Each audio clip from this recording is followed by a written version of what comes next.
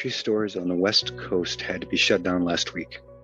Workers pulled meat and perishables off the shelves because refrigerators were malfunctioning under the extreme temperatures.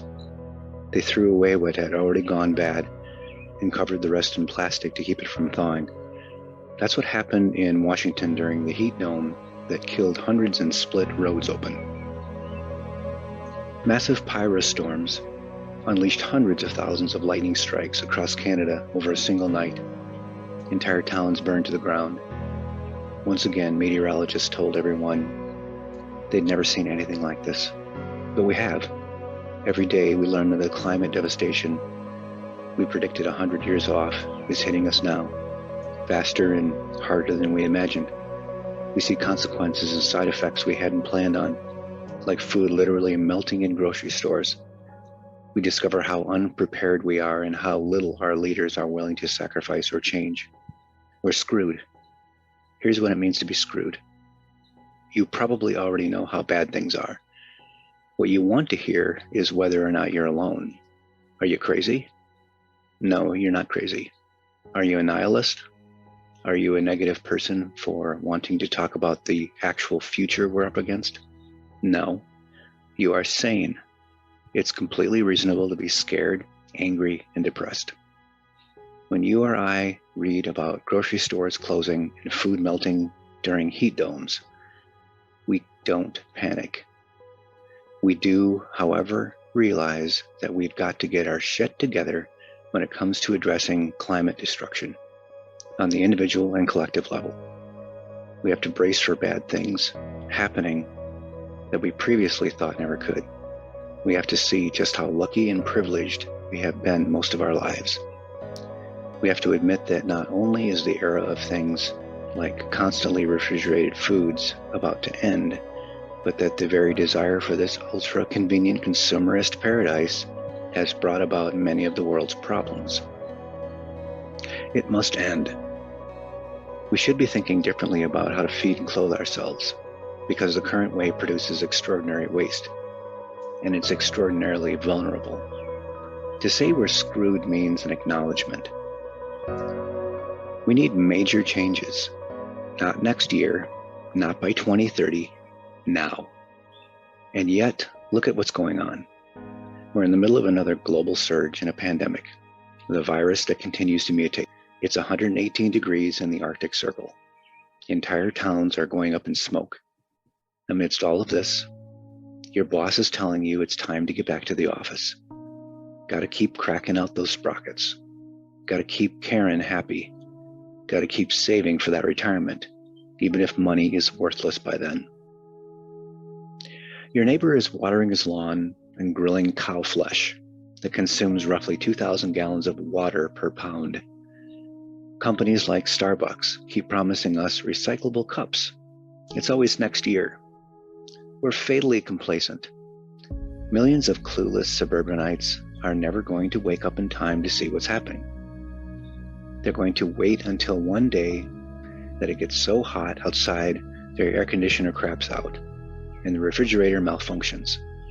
Instead of blaming themselves for being such idiots for the last 20 years, they're going to get angry at immigrants. They're going to point their fingers at windmills and liberal snowflakes like me. They're going to storm more federal buildings with assault weapons and tear gas. Saying we're screwed simply means we're in serious trouble, and we desperately need people to start realizing just how much their lives are going to change if we have a prayer of survival. It's already too late to continue living in this glorious world of grocery stores, but the longer our leaders wait, the longer we are burning fossil fuels and wasting precious resources, the worse it's going to get. Optimism is selfish as hell. Here's the thing about optimism. It's completely selfish. It's inherently self-centered to ignore dire warnings from scientists about serious problems as doomsaying and convince everyone that everything will be fine as long as they just keep living their best life. That's what we've done for the last 4 decades. Look where it's gotten us. Optimists want to talk about being a good person without actually making any difficult choices. They don't want to read the news. They don't want to talk about anything that's too depressing. Some of these people get fussy because nobody wants to read yet another one of their list articles describing the same top 10 traits of emotional healthy people or the 5 top habits of happy couples. To those people, I have this to say. Sorry, nobody wants to hear your opinion about the 5 little things that make someone irresistible, or a little distracted right now by the droughts and wildfires destroying our primary food source. We're trying to get other people to give a damn so we can survive a little longer. Is that okay with you if we talk about that? Do you mind if we stop gushing over Steve Jobs for a minute to address the real food insecurity, poverty, and homelessness that some of us deal with on a daily basis? It's not theoretical for us. It's not something we just see in the headlines and then avoid because it makes us feel bad. We see it every single time we leave the house. We have to deal with it. We've dealt with it for decades, back when nobody cared or listened to us. If this isn't what you want to read, then feel free to stick your head back in the sand and continue being part of the privileged group who doesn't have to care about any of these problems. Here's what we can do to help unscrew us. The optimists love to hit you with the accusation that you're simply listing out problems without providing solutions. Well, here they are. Read actual news analysis. Call and email your political representatives. Vote Democrat. They're the only chance we've got. Donate to charities and nonprofits. Help register people to vote. Help them get to the polls. Educate yourself on sustainable living and net zero societies. Consume fewer single-use plastics. Stop buying stuff from Amazon. Join a buy nothing group. Use or wear things until they literally fall apart. Eat less meat and dairy.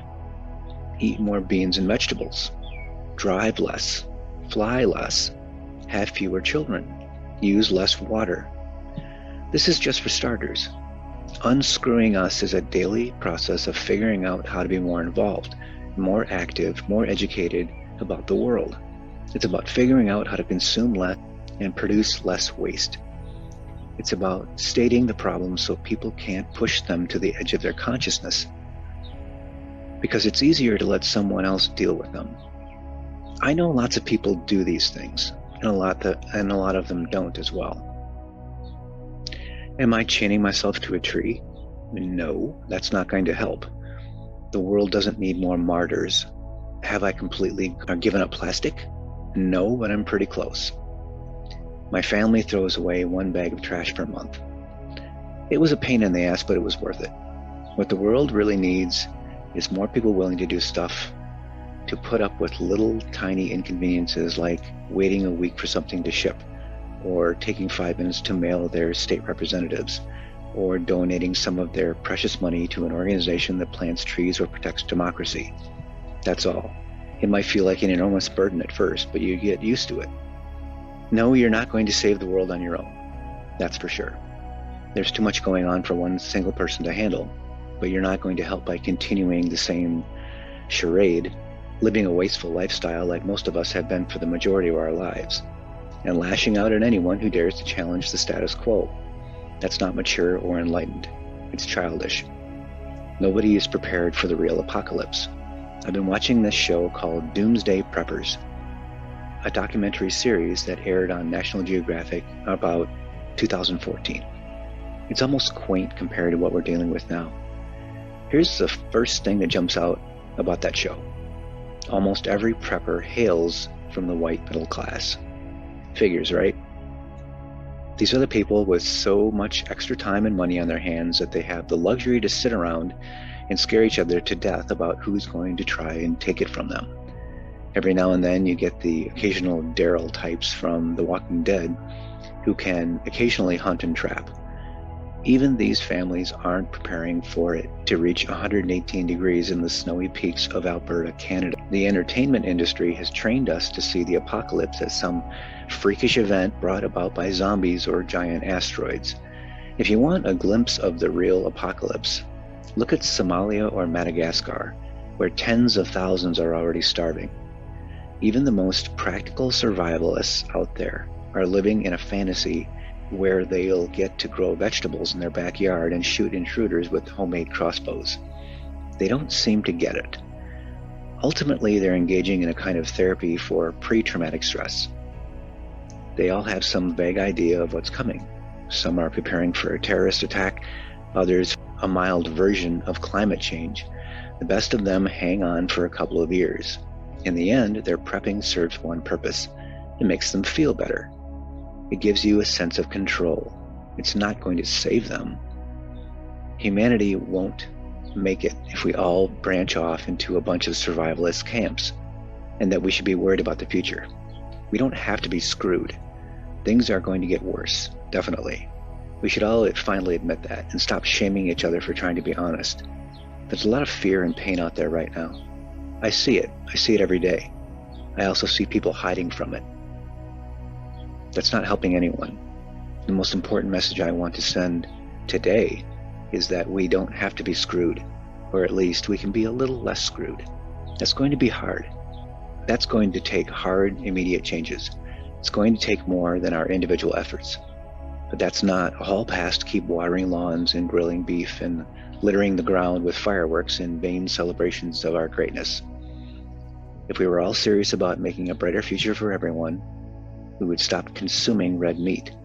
We would come up with a real plan to ditch fossil fuels in the next 5 years. We would drive less. We would buy less. We would vote out every single member of the GOP, every fake Democrat, and become single-issue voters on climate. What I want to do is encourage people to say what's on their minds.